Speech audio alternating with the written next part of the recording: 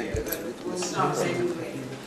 For translation, English is channel 2 and channel 7 for Arabic.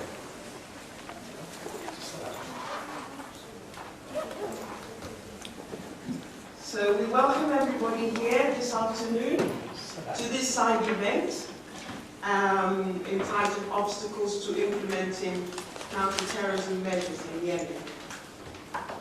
As an introduction, the observation is that terrorism in Yemen is at the same time an old and new phenomenon. Old in that when Arab jihadists returned from Afghanistan in 1990 and were integrated in the Yemeni armed forces, they participated in the war of 1994 against the South.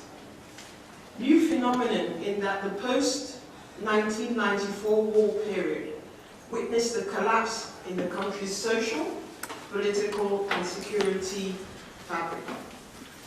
And together with other geopolitical upheavals in the Middle East, namely the rise and fall of the ISIS caliphate in Syria and Iraq, and presence of Al-Qaeda, which have made Yemen a fertile ground, a natural safe haven for the establishment and entrenchment of terrorist activities. Today, the two draft resolutions under item 2 and 10 under discussion among members of the Council for adoption have failed in tackling the issue of terrorism, at least in accordance with the UN Global Counter-Terrorism Strategy, which called upon member states, international, regional and sub-regional organizations and other relevant actors to step up their efforts in its implementation. Member states in the region were equally called upon to deny terrorist groups safe havens, access to financial, logistical or political support, freedom of movement, operation and recruitment of forces, and where appropriate, extradite those found to be perpetrators of terrorist acts or supporting, facilitating, participating in or planning acts of terrorism. The panelists that we've gathered here in this debate will highlight the root causes of terrorism in Yemen and present those obstacles which to date continue to preclude implementation of counter-terrorism measures, in spite of the UN Global Counter-Terrorism Strategy, the regional and international community's highest form of response. In the discussions and exchange of views to be generated, it is hoped a picture may perhaps be developed to expose and understand exactly the nature of the key obstacles and as a result determine concrete solutions and way forward to successfully accomplishing the goals of the United Nations Global Terrorism Strategy for Yemen. Now, to lead the debate, we have as speakers, we have on my left, we have Dr. Elizabeth Keyndal. And Dr. Keyndal is a senior research fellow in Arabic and Islamic studies at the Oxford University Pembroke College in the United Kingdom. And on my right, Dr. Keyndal, also works on connections between militant jihadists, political movements, and cultural production in Arabic, specifically in contemporary Egypt and Yemen. Dr. Keyndal is also an associate fellow at the International Center for the Study of Radicalization and Political Violence based in the Department of War Studies at King's College in London. And on my right, we have Mr. Salah bin Al-Akbar. He's a journalist with over 15 years on-the-ground experience in Yemen. He's an expert in terrorism and writer, researcher, and lecturer at the University of Aden. He's also advisor and correspondent on Yemen for Sky News Arabia. And he's a general supervisor of the Sunny Future TV channel. So we welcome you both. What we will do, we will have a presentation from Dr. Keyndal and also from Mr. bin Al-Akbar, after which we will invite questions from you, the audience, participants. So Dr. Keyndal, the floor is yours. Thank you, Sheila, and also Saeed, Mukbil, and Aisha Puneo for your fantastic organisation. I'm extremely pleased to be here and have the opportunity to talk about this very serious problem in Yemen and why it continues to persist, despite the best efforts of the United Arab Emirates and its associated forces in the south to put an end to the terrorism problem. So I'm going to spend 10 minutes looking at where this problem has come from since the start of the war in 2015, and then another 10 minutes looking at where we are now and what the challenges are right now. I always start with a map so that we can see what we're talking about. But ever since the 1980s, there's been a terrorist problem in Yemen. And there are lots of reasons for that, not least the topography of Yemen is conducive to hide terrorists and their training camps. Corruption has been rampant for decades. We have persistent conflict. And, of course, the political machinations of different parties using terrorist groups to further their political agendas. It's not all about ideology, it's also about politics. Since 2017, Al-Qaeda and Islamic State in Yemen have been greatly reduced in their capacity to operate, thanks to counterterrorism measures. But nonetheless, despite the drone strikes, despite special forces operations, and despite the internal disputes inside the groups themselves and between Al-Qaeda and Islamic State fighting each other, the problem is still there. And I think we need to look at why it became so entrenched when the war began in 2014 or 2015, when the international side of the war began. So, I tried in one of my many trips to Yemen since 2015 to find out what has really been driving these jihad groups. And I think it's helpful to look at some survey work I did prior to the war, when I decided to go and ask what motivates communities in the east of Yemen, which was where Al-Qaeda really managed to entrench. If you just look at the map for 1 second, the shaded areas, the stripy bits on the map, show the area that Al-Qaeda in the Arabian Peninsula had influence. Didn't exactly run a state in all of that area, but it had influence. How did it get that influence? Well, we tend to ask the wrong question in the West. We are always asking the question, how are people radicalized? The question we should be asking is a different one. We should be asking, why are populations tolerating Al-Qaeda? And if you think about Yemen, you can't terrorize Yemenis into submission. Pretty much everyone in the eastern areas has a gun, and they're quite used to fighting and to dying. So you can't terrorize populations into submission. There must be something else going on.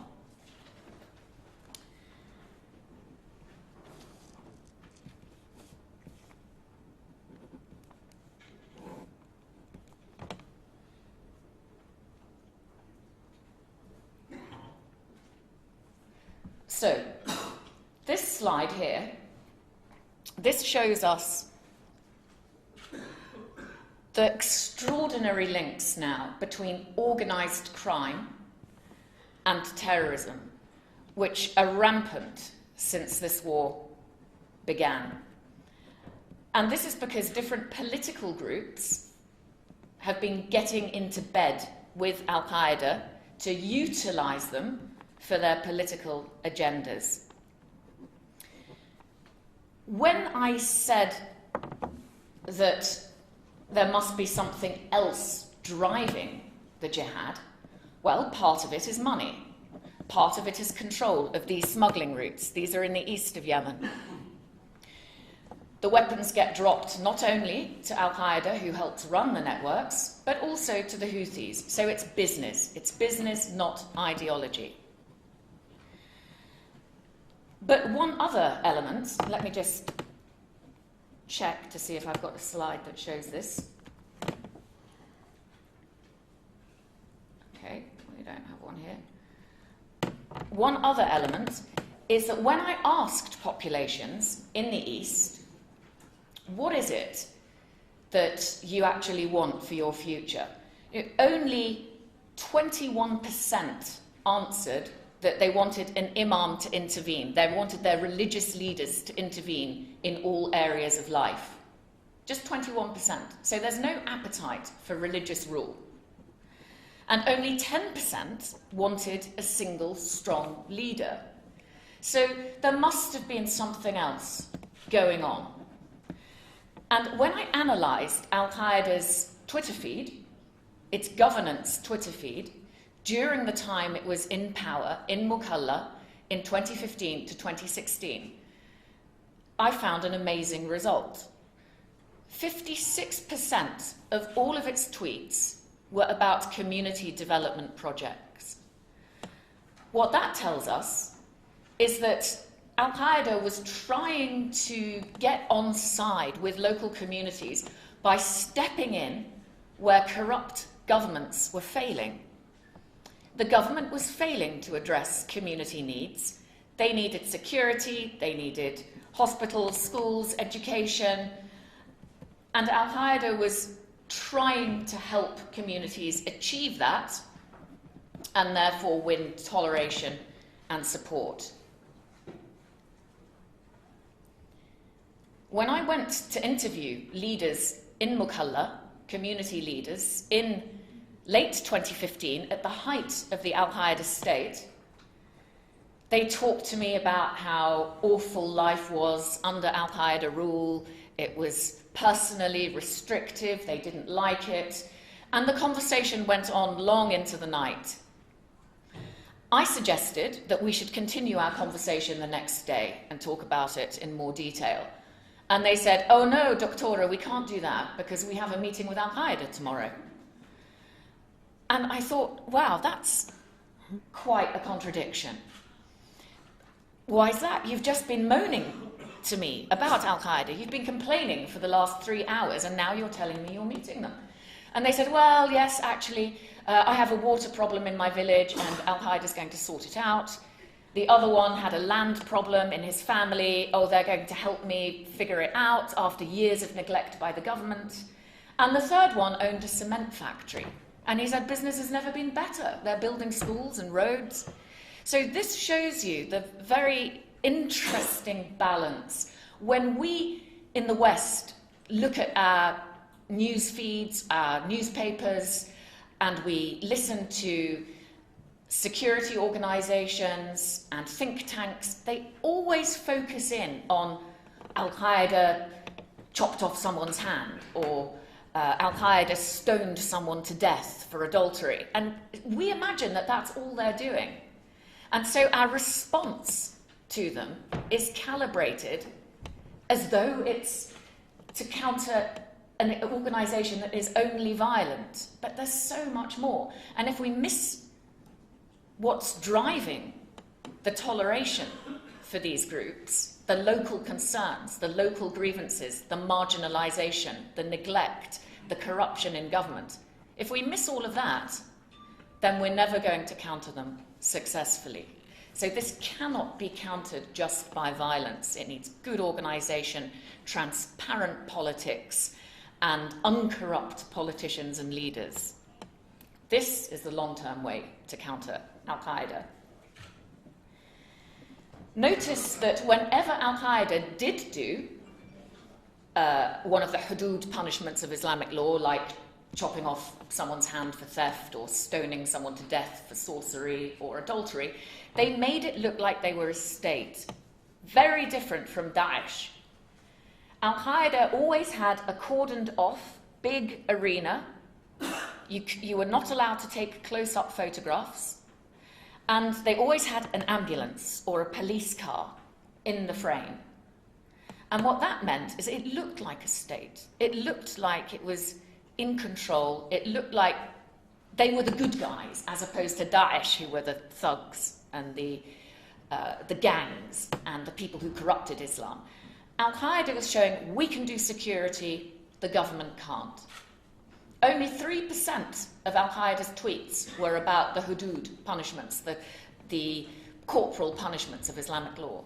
Just 3%. And notice also that 13% of all of their tweets were about mahrajanat, parties, celebrations. So while the west of Yemen was being bombed by coalition aircraft, the east of Yemen in Mukalla was celebrating. They were having a good time. They had lots of mahrajanat. One of the most famous ones was the 3-day festival called Jerusalem We're Coming, where kids were enlisted. They had a strong youth outreach program. Children were blindfolded and made to try and feed each other ice cream. This was fun. There were competitions to memorize, this is our mission, Al-Qaeda, this is our mission. If kids memorized it and wrote a summary of it, well, they could win a Kalashnikov, a computer, money. They had a very strong youth outreach program, and there was even a competition in schools amongst schoolboys in Mukalla to design a poster that was anti-drone and anti-America. Al-Amriki kullana didhu, we're all against Americans. These were the winning posters amongst the young generation. So think about that. This is going to be a long battle. Children have become involved. They even have an outreach truck which they drive around the battlefronts in Ta'iz now, which is all about handing out lectures, anashid, anthems, some poetry, etc. So they have a way into people's minds.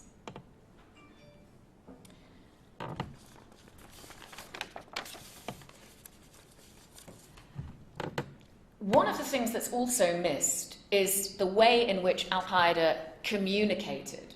It wasn't just violence. There was the thing that I study most, which is poetry. About 1 in 5 pages of Al-Qaeda's main magazine contained poetry. This is over a 4-year period. Now, the poetry isn't just there as a space filler. And I'm sure some of you will be thinking, why is this woman talking about poetry now? But it's because it's a great example of how Al-Qaeda tunes in to local traditions and local cultures and then uses them to spread its ideology, especially in the east of Yemen where illiteracy rates are high, in desert areas where there's very little internet. And it's just something that people do every day in their lives. Meanwhile, counterterrorism measures, and my country is one of those at the forefront of this, we do leaflet drops where we tell people, don't do this, do this.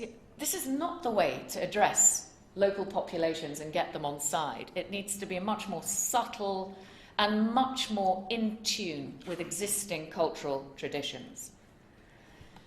Now, what about what's happening right now? Okay, the United Arab Emirates and its related southern forces and its assistance from Western special forces did a very good job of stopping the Al-Qaeda state, its Imara, which was run out of Mukalla in April 2016. But even the following year, in 2017, it didn't have a state, but Al-Qaeda still managed to launch over 270 operations inside Yemen, mostly small scale and all domestic. So it was still there. But it didn't have territory. It wasn't ruling. But the problem hadn't gone away. One of the reasons for that was this: organized crime. It had made smuggling routes together with local tribes, power brokers. People are getting rich on the war.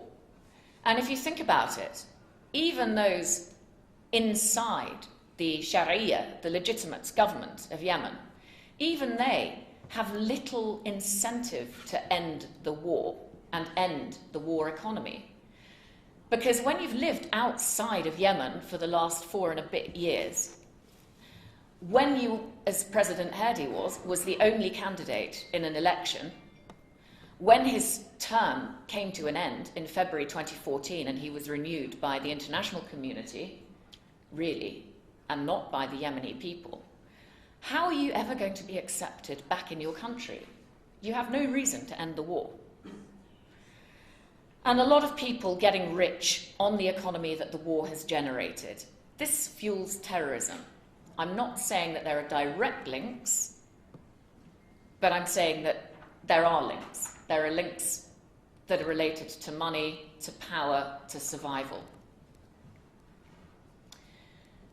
The second thing that's happening now is the fragmentation of the jihad. Counterterrorism measures have prevented al-Qaeda from running a state, but as a result, the jihad has fragmented. There are lots of little groups. And although we hear mostly from the core groups, which are in al-Bayda, that doesn't mean that there aren't other groups around. There's one that I found recently called Ansar Ma'rib al-Muwahideen. They exist outside al-Bayda. There's also other groups in Abyan. There's, of course, Islamic State in al-Bayda, the core group of Islamic State. There's another one that's now operating around Aden Abyan. And we must ask ourselves, are these all genuinely terrorist groups? Or has the fragmentation of the jihad made it easier for political parties and organizations to harness the groups and to use them to further their own aims, whether that is to sow discontent, especially in the south, to create tensions, to prevent peace, to try to pin the blame for political assassinations on terrorists. There are many potential ways of exploiting jihad.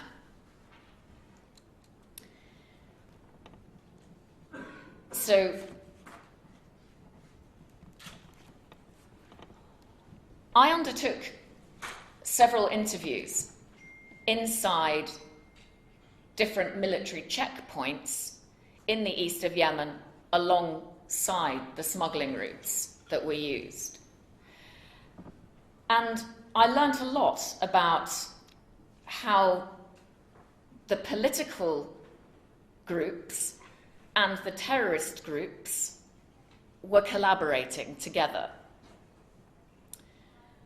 Probably too much detail for a presentation like this, and I'm conscious of time, but I want people to bear that in mind.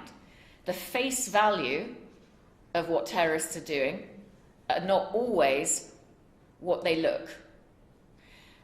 One example of that would be when the Southern Transition Council asserted its authority in the south of Yemen in August this year. Suddenly, we saw a dramatic increase in the number of terrorist attacks around Aden Abyan. We had not seen any attacks from Islamic State in Aden Abyan since March 2018. So about 18 months we'd had nothing. And then suddenly, here they were again. Likewise with al-Qaeda, we've had a few attacks in Aden Abyan, but not many at all, mostly in al-Bayda. Suddenly, in August, we see the number shoot up around Aden Abyan.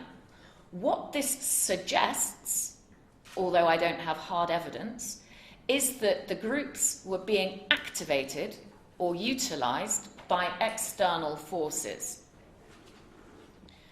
in order to destabilize the south.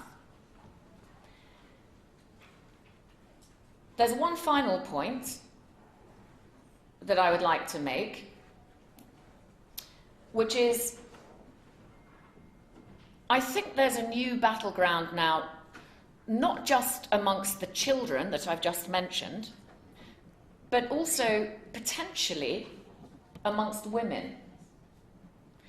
And we are seeing a new approach by Al-Qaeda towards women. Al-Qaeda has in its videos used footage of women complaining about the security services, being angry. And think about it. If you're a woman living in a war zone, you might be a widow, your husband might have been abducted or killed, or your brother or your father. Women become empowered in conflict zones. This is normal. This happened in Europe during the First and the Second World Wars. Women took on more active roles. Now, this is an energy that terrorist groups can harness, and I think we're just seeing it begin. I've got 1 minute. Right. So, don't mistake this for women's empowerment, however. This is not about gender equality on the part of Al-Qaeda. This is the kind of thing that Al-Qaeda in Syria has now started putting out, and I'm seeing it spread in Yemen from this particular group. This is the kind of element. It's women, stay indoors, don't get ideas above your station.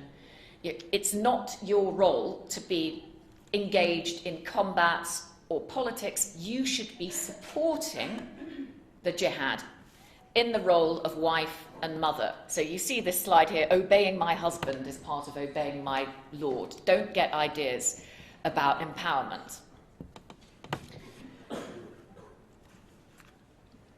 And there's a new group that has come out of Syria. The bit I'm most interested in is the literature that comes out of it. And here we have what you might call jihadist chick lit, women's literature for the wives and daughters and sisters of the mujahideen. And, you know, these are the kinds of things, coming-of-age stories. So the first one on the left, you know, I fell in love with a mujahid. And they're role models, how you can support the jihad. This is just beginning to take off in Yemen. We need to be alert to it. This is one of the magazines that they've produced, Beytuki, Your Home. And there's a problem page for women. You know, what do I do if my husband takes a second, third, fourth wife? My husband's a mujahid, he's always busy fighting, I never see him. And the answers will always be, well, don't complain, you must support him. That's very male-oriented. One of the projects that I've been helping with in the east of Yemen is to launch, on the right here, you see a woman's magazine, Sawt al-Mar'a al-Mahriya. And this is a way of, also in a very conservative way, engaging women and harnessing their energies and trying to give them a voice, but a voice that works in a positive way. And so I realise I need to end now, but I'd like to end with two things. First,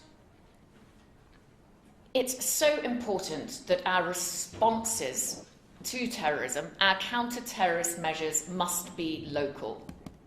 They have to engage at a local level and build on what communities are already doing and magnify that. We cannot go in from the outside saying, right, you need to do this and you need to do that, with massive projects, with huge funding. That just breeds corruption and it looks foreign. But of course, big organisations like the UN don't like that, because it's lots of bitty little projects and they like to put it under a huge umbrella. I just don't think that works very well on the ground. And the second thing is, all the key ingredients for terrorism to persist are still there in Yemen. We might not see the groups quite so visibly now. They've gone underground and they've put an internet and mobile ban on themselves because they've been droned so much. But they're still there. We have a fragmenting state. We have growing sectarianism, foreign proxies, over 2 million children out of school, 10 million people practically starving. And we also have a looming water crisis in Yemen. All the ingredients are there. And I think the most dangerous time could be if we have a peace deal. Because a peace deal will actually leave so many parts of the population disappointed, disillusioned. They'll feel excluded, left out, unrepresented. That I think that that could be the time that Al-Qaeda, and to a lesser extent Islamic State, latch on to those local concerns again and resurge. So the message is don't relapse. Thank you. Thank you indeed very much, Dr. Keyndal. We'll quickly move over to Mr. Salah bin Azbar for his presentation. Thank you very much. شكرا جزيلا. صراحة معلومات مبهرة جدا، يعني أبهرتينا بالمعلومات. المعلومات التي قدمتها الدكتورة صراحة مبهرة وناتجة عن بحث دقيق. أنا أحييه على هذه المعلومات. طبعا أنا سأتحدث هنا باعتباري شاهدا على الفترة أو المرحلة التي تحدثت عنها الدكتورة، مرحلة تنامي الإرهاب واستخدام الإرهاب والترامي وتوليد وتفريق الحروب والفساد في اليمن. من وجهة نظري أن الإرهاب في اليمن استدعي أو بدأ من خلال بعض الشخصيات التي ارتبطت بشكل مباشر بجماعة الإخوان المسلمين، خاصة في مصر، يعني في الستينيات والسبعينيات القرن الماضي.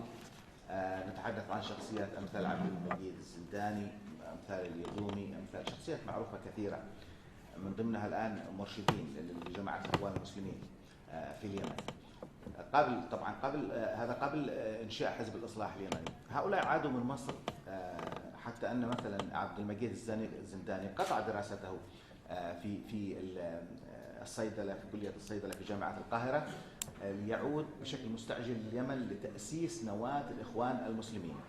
هذه المسألة ساعد عليها أيضا الحرب التي حصلت في أفغانستان والاجتياح السوفيتي لأفغانستان مع بداية أو مع نهاية السبعينيات، حيث كانت هذه بيئة خصبة للجماعات الإرهابية مكنت هؤلاء الدعاة، أمثال عبد المجيد الزنداني وكثيرين إلى جانبه، لكن أنا أذكر الاسم الأبرز، من تجنيد الكثيرين. نتحدث عن الآلاف ذهبوا بهم إلى أفغانستان للمشاركة في الحرب وضد السوفيات. بعد ذلك عندما انتهت الحرب هناك، وجدت هذه المجاميع أو وجدت نفسها مجاميع كبيرة مسلحة مؤدلجة بشكل خطير جدا، تريد أن تجاهد في أي مكان آخر. بدأ توجيه هذه الجماعات إلى اليمن الجنوبي. سمعنا تسجيل فيديو لأسامة بن لادن شخصيا يتحدث عن هذا الأمر، بأنه كان مشروعهم بعد تحرير أفغانستان، ما سموه تحرير أفغانستان، التوجه إلى اليمن الجنوبي لتحريره من الشيوعيين كما قال. بدأ بعد ذلك نقل مجموعات كبيرة من هذه الجماعات الإرهابية إلى اليمن. أنشئت معسكرات لهم، أتحدث مثلا على سبيل المثال وليس الحصر، معسكر حطاب في محافظة أبين. هذا كان يضم حوالي 3000 مقاتل من مصر والجزائر وعدة دول عربية أخرى، جميعهم من العائدين من أفغانستان. هؤلاء وصلوا تباعا منذ عام 92. أيضا استخدم هؤلاء من اليمنيين بشكل خاص في تنفيذ اغتيالات طالت 151 كادر جنوبي من كوادر الحزب الاشتراكي اليمني، على اعتبار أنهم كفار شيوعيون. طبعا النظام آنذاك في صنعاء دعم هذه الجماعات الإرهابية، وكان المخطط والممول لهذه عمليات الاغتيالات، تمهيدا لما حصل بعد ذلك عندما فشلت الوحدة في 1994. وشاركت الجماعات الإرهابية ب8000 مقاتل كانوا رأس الحربة في اجتياح الجنوب والتمركز فيه بعد ذلك، حتى أنه النظام نفسه واجه مشكلة مع هؤلاء. وأذكر هنا حادثة معينة مباشرة بعد أشهر من حرب 94. حاول حزب الإصلاح توظيف العديد من هؤلاء من المقاتلين العرب في سلك التربية والتعليم، وهذه النقطة شكلت تحول. حزب الإصلاح بموجب تقاسم المنتصرين على الجنوب للسلطة كان صاحب عدة حقائب بينها وزارة التربية والتعليم، استغلها بشكل كبير جدا في تنمية الإرهاب. وأنا كنت في الثانوية العامة جاءنا شخص يدعى أبو عبد الرحمن الجزائري، شخص مشهور جزائري من المجاهدين العرب، كان يحاضرنا في المدرسة وكان يدرسنا في المدرسة، وسمعنا منه أن من لم يصلي يقتل فورا، وسمعنا منه بداية طبعا الجنوب لم يكن في فكر متطرف بهذا الشكل. كنا نسمع من هذا الشخص كان تخرج له المدرسة بشكل كامل، كل المدارس يخرج الطلاب جميعا وأنا منهم للاستماع لهذا الشخص المتطرف جدا. بعد أشهر صدرت أوامر يعني طلب دولي لتسليم هذا الشخص وعدة أشخاص آخرين للولايات المتحدة. حصلت حرب في الضالع آنذاك استمرت يومين، قتل فيها 18 جندي لأنه رفض الخروج، وكانت حرب طاحنة استمرت يومين وقتل فيها أيضا مدنيون. هذا الشخص كان يعمل في وزارة التربية والتعليم ويقيم في مقر الأمن السياسي الذي يديره حزب الإصلاح آنذاك بعد الحرب، وكان يأتي إلى المدارس برفقة قيادات حزب الإصلاح في المديرية. هذا مثال واحد على هذا الشخص. استغلال حزب الإصلاح للإرهابيين استمر بشكل كبير جدا حتى أقصي من السلطة بسبب خلافات مع حزب المؤتمر. لكن هنا نشأت النواة للإرهاب. شهدنا بعد ذلك مجموعة من المجاهدين الذين شاركوا في 94 أو من يسمون أنفسهم بالمجاهدين يقومون باغتيال 6 من السياح الأجانب بينهم إسبان وبريطانيين وأمريكيين في محافظة أبين، على رأسهم كان المحضار الذي أعدم بعد ذلك في عام 1999 أو قيل أنه أعدم. هؤلاء جميعا كانوا من المشاركين في حرب 94، من جلبوا من أفغانستان للمشاركة في حرب 94. طبعا لدينا قوائم ولدينا لقاءات صحفية مع هؤلاء من المصريين ومن جنسيات أخرى، اعترفوا أن النظام آنذاك أعطاهم رتب عسكرية مقابل المشاركة في حرب 94، وكانوا يستلمون رواتب من النظام حتى ما قبل سنوات قليلة، حتى سقوط النظام في عام 2011. بعد ذلك استغل حزب الإصلاح سيطرته على وزارة التربية، قام بتغيير المناهج، قام بتغيير حتى أسماء المدارس بأسماء إسلامية. أنا كنت أدرس في مدرسة ثانوية اسمها مدرسة أبو عشيم، وهو يعني يعتبر بطل من أبطال النضال القومي في اليمن الجنوبي. تم تغييرها باسم مدرسة الحمزة. تم تغيير أسماء المدارس والشوارع وكل المعالم في الجنوب بأسماء إسلامية على يد حزب الإصلاح. لكن ليس هذا الأخطر، الأخطر تغيير كان المناهج الدراسية وتعبئتها بانتقاء شديد بالآيات والأحاديث التي تعبئ الأطفال بالكراهية ضد الآخر، ضد أمريكا، ضد المختلف، ضد المسيحيين، ضد اليهود، ضد الجميع. هذا الأمر ساعد على نشأة جيل نراه اليوم يعني ينتمي إلى الجماعات الإرهابية، داعش والقاعدة والحوثيين وكثير من الجماعات الإرهابية الأخرى. استمر الأمر على هذا المنوال حتى وصلنا إلى المشاكل التي وصلنا إليها، واستخدم أيضا هذا الخطاب وهذه المجاميع ضد الحراك الجنوبي في عام 2007 عندما نشأ الحراك الجنوبي وصدرت فتاوى التكفير. هناك نقطة لا أذكرها، كان هناك فتوى رسمية من حزب الإصلاح في عام 1994 وهي مسجلة في التلفزيون الرسمي أو في الإذاعة الرسمية في صنعاء أنه يجوز، وهذه على لسان عبد الوهاب الدينمي أحد منظري الفكر الإخواني في اليمن وأحد قادة حزب الإصلاح، قال أنه يجوز قتل الجنوبيين جميعا من أجل الوحدة ومن أجل ألا تسقط راية الإسلام. يعني اعتبر عدم قتل الجنوبيين إسقاط لراية الإسلام وأباح دماء الجنوبيين. في عام 2007 تجددت هذه الأمور، وكان الجنود يقتلون الناس في الشوارع في المظاهرات مسلحين بهذه الفتوى. هو يعتقد أنه يقتل هؤلاء الجنوبيين لأنهم كفار مشركين بسبب فتوى لم تبطلها حتى قيادات حزب الإصلاح حتى اليوم. شهدنا قبل أيام بل قبل أسبوع تقريبا فتوى مماثلة مما يسمى بعلماء اليمن، نفس الأشخاص نفس الوجوه كفروا المجلس الانتقالي الجنوبي والقوات الجنوبية التي تكافح الإرهاب في شرق وجنوب اليمن وفي مناطق أخرى. بعد ذلك استخدم الدين مرة أخرى ضد الحراك الجنوبي، يستخدم اليوم ضد المجلس الانتقالي. الآن نحن نواجه مشكلة مركبة، نحن نواجه إرهاب سني وإرهاب شيعي. لدينا إرهاب في صنعاء وفي المناطق التي يسيطر عليها الحوثيون، وهذه مسألة خطيرة جدا. يحاول الحوثيون خلال الفترة الأخيرة تعبئة الأطفال بفكر طائفي شديد الكراهية نحو الآخر السني المختلف معه. أقام الحوثيون خلال العطلة الصيفية التي انتهت قبل أسابيع مراكز صيفية استوعبت 300,000 طفل في المناطق التي يسيطر عليها. تم تعبئتهم بفكر طائفي، كراهية شديدة للسعودية وللدول المحيطة ولدول الخليج وللمناطق الأخرى داخل اليمن التي لا تنتمي إلى هذا الفكر. تم تدريبهم على السلاح وعلى القتل وعلى ما يسمونه بمقاومة العدوان، بمعنى أننا نتعرض الآن لتفخيخ للمستقبل. اليمن لم يكن عبر تاريخه يعاني من مشكلة طائفية. يحاول الحوثيون الآن إضافة مشكلة جديدة ستكون يعني كارثية على المستقبل، وهي مشكلة الطائفية، بالإضافة إلى المشاكل الكبيرة التي أنشأتها جماعات مثل حزب الإصلاح وجماعات السياسية المختلفة، وهذا أمر خطير جدا.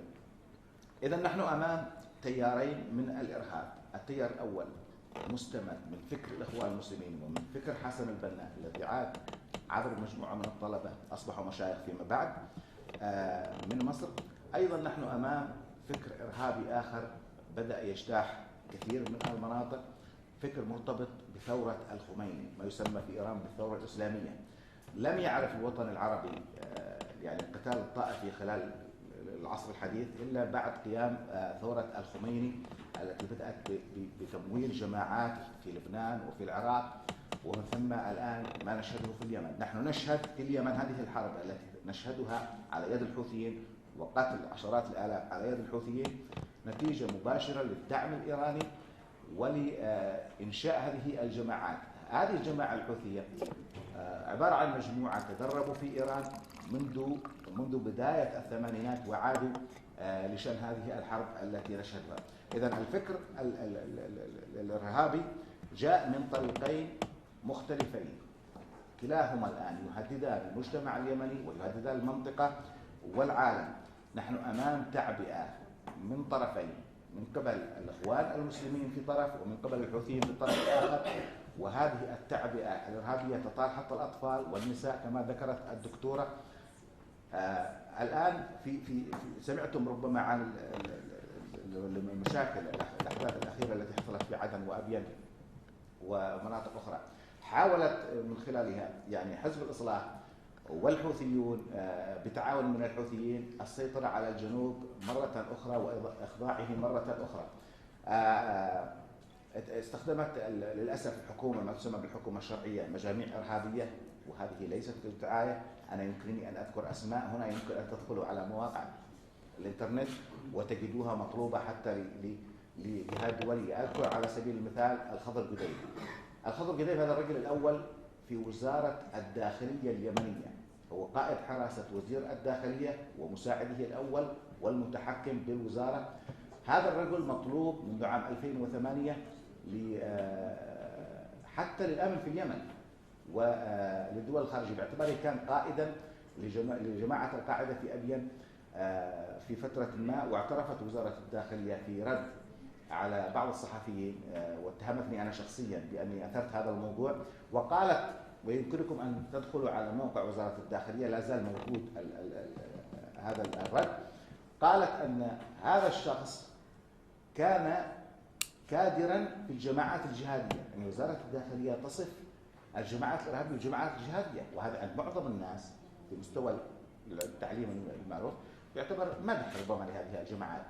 قالت أن هذا كان كادر، ولاحظوا المصطلحات التي استخدمها في الجماعات الجهادية، لكنه تركها عام 2008 وأصبح مواطنا وقياديا كبيرا في وزارة الداخلية. هذا اعتراف رسمي من وزارة الداخلية اليمنية باستخدام هذه المجاميع. ومع أن هذا الشخص عندما قالت أنه ترك الجماعات الإرهابية في 2008 قاد هجوما للإرهابيين عام 2012 على مديرية لغبر في أبين قتل على إثره أكثر من 300 مواطن مدني. وقامت بالمناسبة على إثر ذلك حرب شعبية قادها أبناء أبين وأبناء لودر على وجه الخصوص. يعني أنا أعتبرها أول حرب شعبية غير ممولة من أي طرف ضد الإرهاب يعني على مر التاريخ. ونشأت اللجان الشعبية بعد ذلك التي قاومت الإرهاب. نأتي إلى مرحلة معينة في عام 2015 إذا كان يسمح الوقت.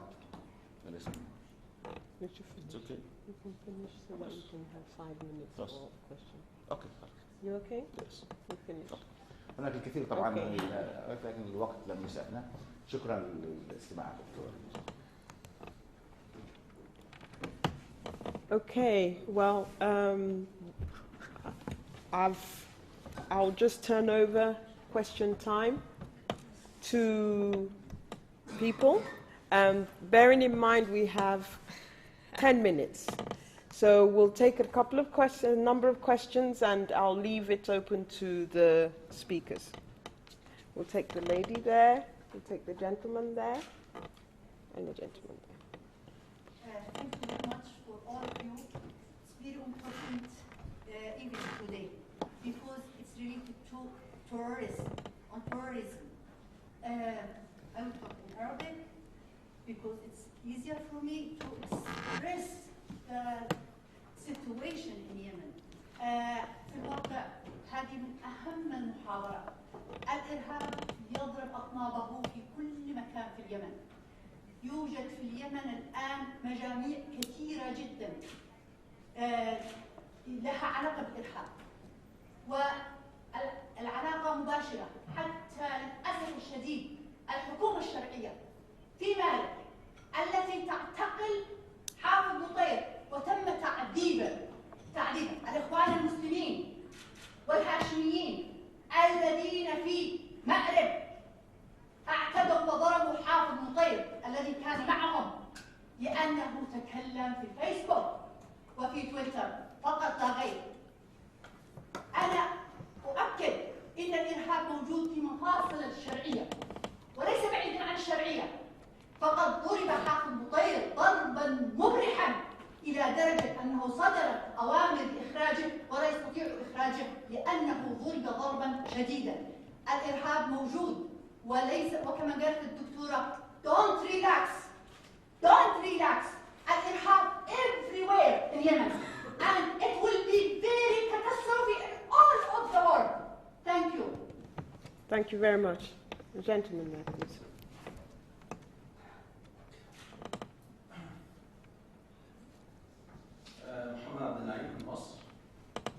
طبعا إذا كنا بنتكلم عن الإرهاب في الجلسة المهمة دي مش هيكفينا ساعات ولا يكفينا أيام ولا يكفينا سنوات، لأن أعتقد أن الدول العربية كلها تعاني الآن من الإرهاب. يعني أنا كنت أظن أن هناك في رصد أكثر ووضوح أكثر من المحاضرين على الأعداد التي قتلت من الجنود والأعداد التي قتلت من الشرطة والأعداد التي تقتل يوما بعد يوم ولا يتحرك العالم والجميع يقف ساكن، ولكن هناك يعني حدث يمر مرور الكرام، وعندما يحدث حدث لقتل مواطن في أوروبا الدنيا كلها تقوم رعب ومفيش أكن يعني الدم العربي أصبح ليس له ثمن وليس له قيمة. الإرهاب عانينا منه في التسعينات على أيدي أيمن الظواهري، وعندنا شواهد على هذا الأمر. عندنا استهداف المسيحيين، عندنا قتل الرئيس محمد أنور السادات، عندنا قتل المحبوب، عندنا مذبحة الأقصر، عندنا تفجيرات في سيناء عام 2004. كل هذا عانينا منه من الإرهاب. عندنا هجمات إرهابية في القاهرة في 2005، عندنا مذابح في نجع حماد، عندنا كنيسة القديسين. كل هذا إرهاب عانت منه مصر يا سادة، ولم يتحرك العالم يعني ويقف العالم كأنه ماء راقد. لدينا إرهاب ولحد الآن مصر تضحي وتعاني من الإرهاب، واليمن يعاني من الإرهاب، وليبيا تعاني من الإرهاب، وجميع البلدان العربية تعاني من الإرهاب، ولم يتحدث أحد في هذا الأمر. لابد أن يكون هناك نقاش وتعداد وجلسات أخرى حتى نناقش هذا الإرهاب، حتى نخلع الجسع الإرهابي وندعم ونشوف مين اللي بيدعم الإرهاب، ومن يعمل الغطاء للإرهاب، ومن يمول الإرهاب، ومن يدرب الإرهاب، ومن يعطي غطاء إعلامي للإرهاب ويظهر الإرهابيين في قنواتهم المشبوهة. شكرا. Thank you very much. If I can ask the questions, that the questions be very concise, so we can give the chance to the speakers to be able to speak, because we now have 5 minutes left. I'll take the gentleman and then I will hand over, if possible, to the speakers at least to round off, and if there's really 1 or 2 minutes left, then we can ask. So please keep it short. Dr. Mohammed al-Sheikhi, I'm director of the Arabic Center for Justice in UK. My question to Elizabeth. Thank you very much indeed for your presentation, and you are a very good hero to visit Yemen under the war. Anyway, you said about the peace deal.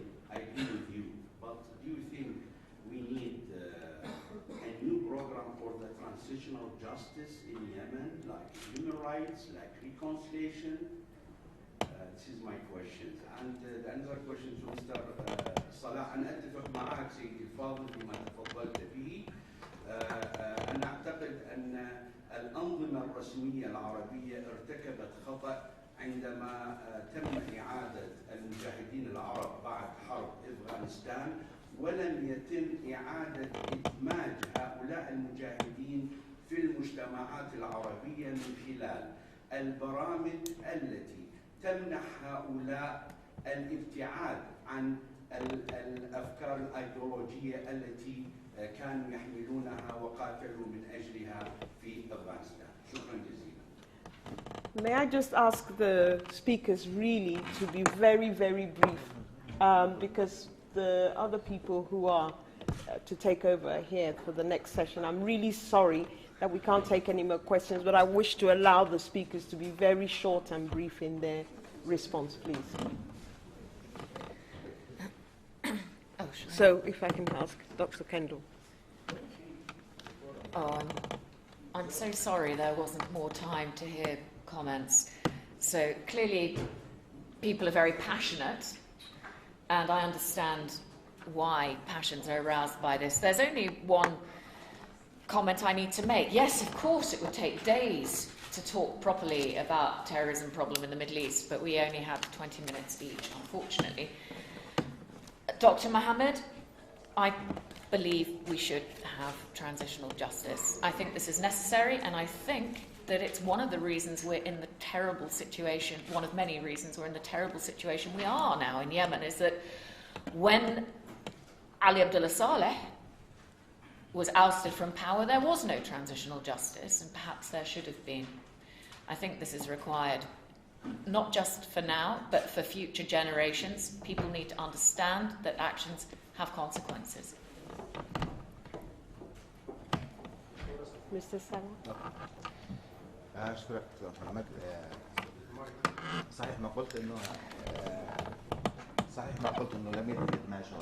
أنا أتحدث عن أعداد منهم كبيرة، مش بس لم يتم إدماجهم، أعيد استخدامهم في حرب أخرى يسموها في الجهاد. نحن نعاني من تبعاتها حتى الآن. شكرا. So thank you everyone for your participation. Maybe if you may wish to speak outside with our two speakers and extend your comments further. Thank you very much.